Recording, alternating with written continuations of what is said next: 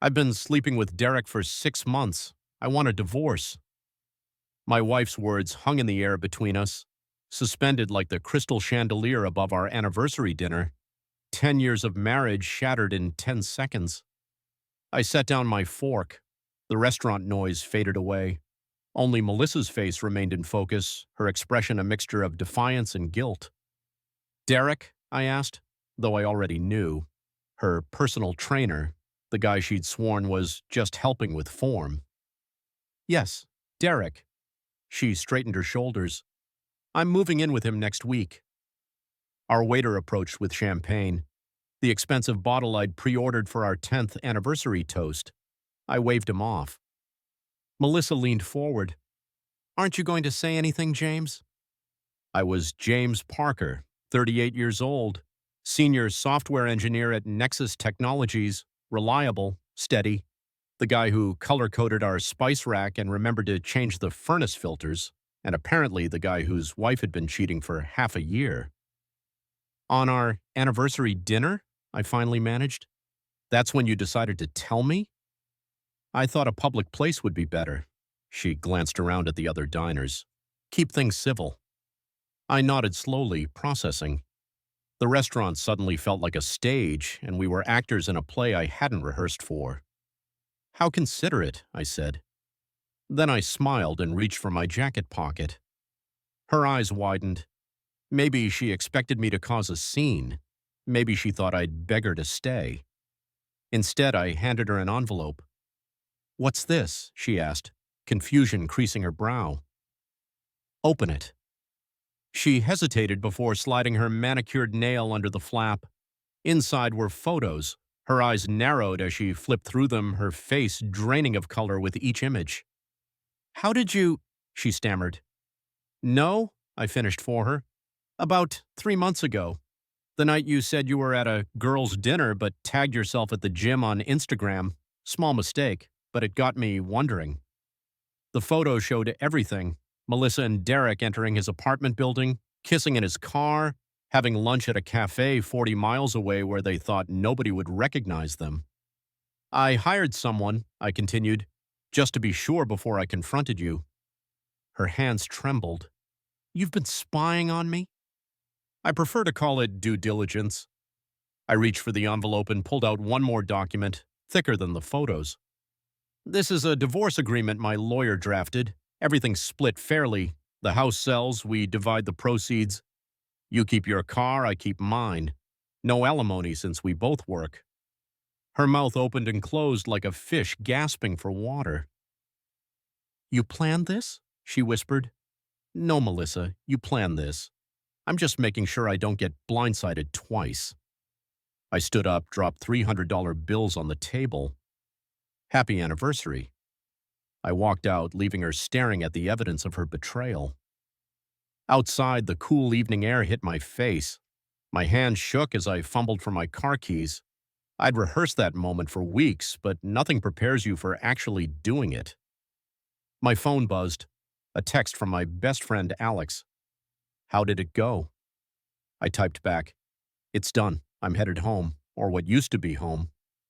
The drive to my house was a blur. 10 years of memories flashed through my mind like highway markers. Our first apartment, the honeymoon in Bali, the miscarriage 3 years ago that nearly broke us. Had that been the beginning of the end? I pulled into the driveway of our suburban home.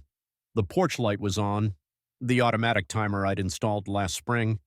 Inside, the house felt cavernous, empty, though nothing had been moved yet. I poured myself 2 fingers of whiskey and sank onto the couch.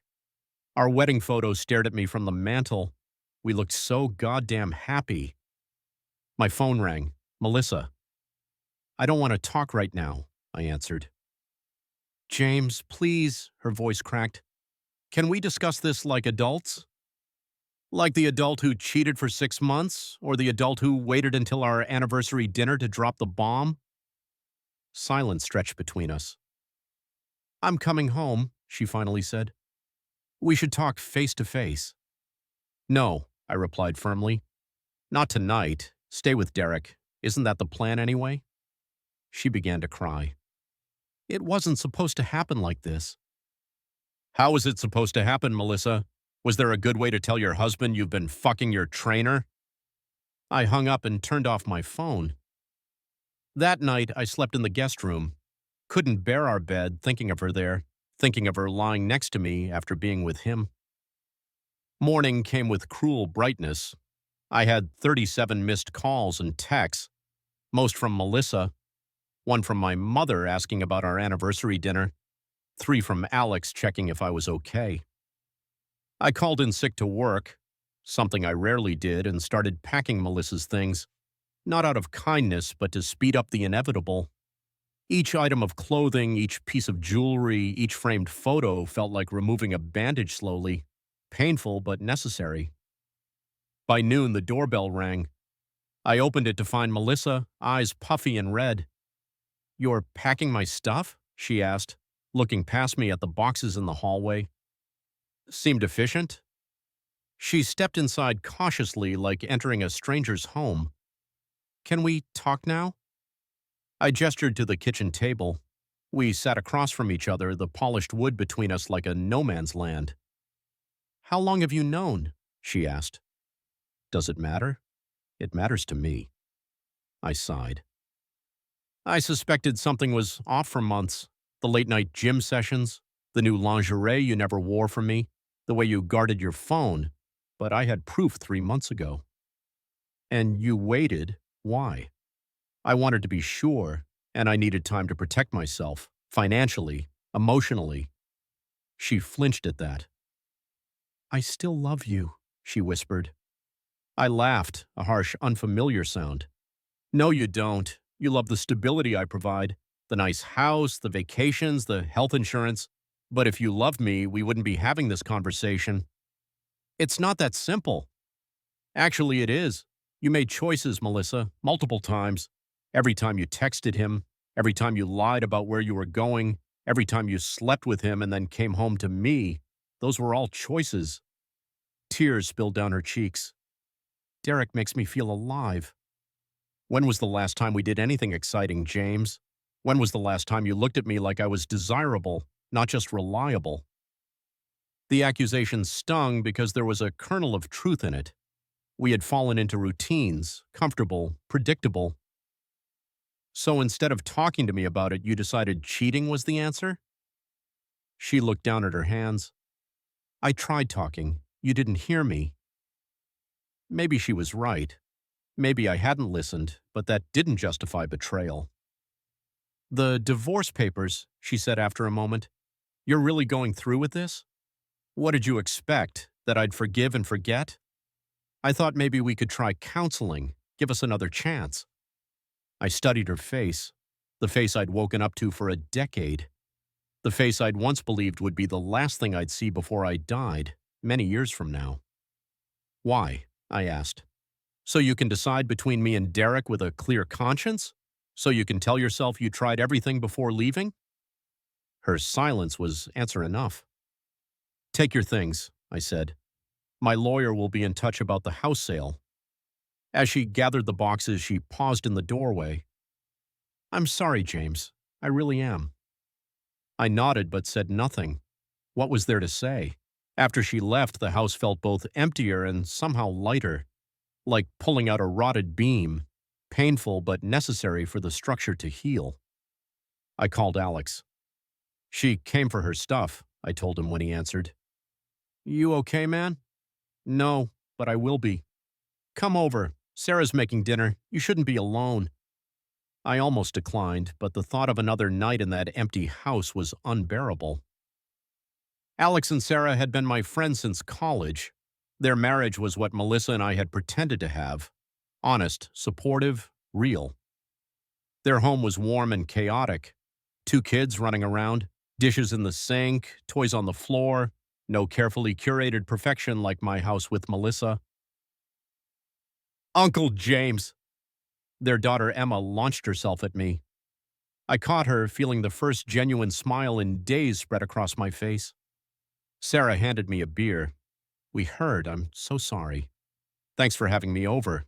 "Always," Alex said, clapping my shoulder. "That's what family does." Family. The word hit differently now. Melissa and I had talked about kids, but after the miscarriage, she'd been hesitant. Now I wondered if that had been an excuse. Over dinner, I told them everything: the anniversary revelation, the divorce papers, the morning confrontation. You handled it better than I would have, Alex admitted. I'd have lost it right there in the restaurant. Sarah reached for my hand. What's your plan now? Sell the house, find an apartment, focus on work. That's not a plan, she said gently. That's logistics. She was right. I had no plan beyond survival. The next few weeks passed in a blur of paperwork and logistics. Melissa moved in with Derek. I stayed in the house until we found a buyer. My lawyer negotiated the division of assets: clean, efficient, clinical. At work, I threw myself into projects, staying late, coming in early. My boss noticed. Everything all right, Parker? He asked one evening, finding me still at my desk at 8. Just focus, sir. He studied me for a moment. Heard about your situation. Tough break. News travels fast in a company our size. If you need time off— I don't, I interrupted. Work helps. He nodded. Well, there's an opening for project lead on the Artemis account. Challenging stuff. Interested? The Artemis account was our biggest client. High pressure, high visibility, high reward. Absolutely. Good, it's yours. Meeting Monday at 9. The promotion should have felt like a victory. Instead, it felt like a consolation prize. Sorry your wife cheated. Here's a better job. That weekend, I finally cleared out the master bedroom, found Melissa's wedding ring in the bathroom drawer. She'd left it behind, forgotten or deliberate. Either way, it felt symbolic. I sold it to a pawn shop and donated the money to a domestic violence shelter. Petty, maybe. Cathartic, definitely. Monday's meeting went well. The Artemis team responded to my leadership, and for a few hours I forgot about my personal life. But evenings were still hollow, weekends stretched endlessly. Alex suggested I try dating apps. Get back out there, he encouraged. I downloaded one but couldn't bring myself to create a profile. The thought of explaining my situation to strangers exhausted me. 3 months after our anniversary dinner, the house sold. Splitting the proceeds meant I had a decent nest egg. I found a modern apartment downtown, the opposite of our suburban home. No yard to maintain, no memories lurking in corners. Moving day brought an unexpected visitor, Melissa standing awkwardly in the driveway as movers loaded the truck. What are you doing here? I asked, not unkindly, just surprised. I wanted to see the house one last time. She looked thinner, her designer clothes hanging loosely. And check on you. I'm fine. She nodded, unconvinced. I heard you got promoted. Congratulations. Thanks. Awkward silence stretched between us. Derek and I broke up, she finally said.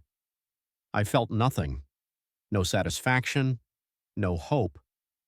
Just nothing. I'm sorry to hear that. She looked up, searching my face. Really? Yeah. I wouldn't wish this feeling on anyone. She stepped closer. James, I've been thinking— Don't, I interrupted. Whatever you're about to say, just don't. You don't even know what I was going to say. Weren't you going to suggest we reconsider the divorce, now that Derek's out of the picture? Her expression confirmed my guess. Melissa, you didn't leave me for Derek. You left me because something was broken between us. Derek was just an excuse. She blinked back tears.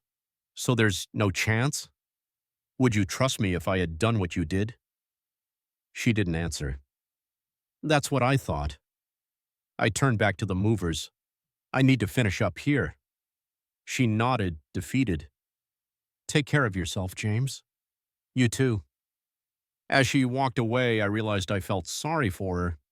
Not because Derek had dumped her, but because she'd never addressed what had driven her to cheat in the first place. She just traded one Band-Aid for another. The apartment downtown became my fresh start. Minimalist furniture, no mementos, a clean slate. The Artemis project consumed my days. Complex problems that required my full attention. Problems I could actually solve. unlike my marriage. 6 months after the anniversary dinner bombshell, our divorce was finalized. I signed the papers in my lawyer's office, feeling strangely calm, the end of a chapter. That evening, Alex and Sarah took me out to celebrate, though celebrate felt like the wrong word. To new beginnings, Alex toasted. I clinked glasses with them. To honesty, Sarah smiled. To finding yourself again. Finding myself, was that what I was doing? It felt more like reconstructing myself from scattered pieces. After dinner, they invited me back to their place, but I declined, needed time alone.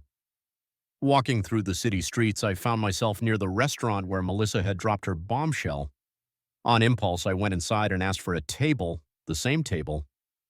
The waiter recognized me. Just one tonight, sir? Just one. I ordered a steak and a glass of whiskey. As I ate, I realized something. I was okay. Not great, not healed, but okay. My phone buzzed with an email, a colleague from the industry conference I'd attended last month. James, great connecting with you at Tech Summit. Would love to grab coffee next time I'm in town. Elena, smart, funny. We'd talked for hours at the conference about everything from quantum computing to obscure sci-fi novels. She'd given no indication of romantic interest, just professional camaraderie, but I'd enjoyed her company. I typed back, "Coffee sounds great. Let me know when you're in town." It wasn't a date, just coffee, just conversation. But it felt like the first real step forward. 1 year after the anniversary dinner that changed everything, I returned to the same restaurant. This time, Elena sat across from me. "So this is the infamous restaurant," she said, looking around. I'd told her the story on our third date. No secrets, no hidden agendas. "This is it." She reached across the table for my hand. "Bold choice for our 6-month anniversary. I thought it was time to create a new memory here." She smiled, that brilliant, genuine smile that had first caught my attention. "I like that idea." The waiter approached with champagne, not the bottle I'd ordered for Melissa a year ago, but one I'd selected for this new occasion. "To honesty," I toasted, echoing my words from months earlier. "To healing," Elena added. "And to unexpected endings that become new beginnings." We clinked glasses, and I felt something I hadn't experienced in a long time. Hope. Not just contentment, not just acceptance, but genuine hope for the future. The betrayal had nearly broken me. But sitting there, 1 year later, I realized that sometimes the things we think will destroy us actually rebuild us, stronger, wiser, and more authentic than before. I smiled at Elena, feeling gratitude wash over me, not for what I'd lost, but for what I'd found in the aftermath.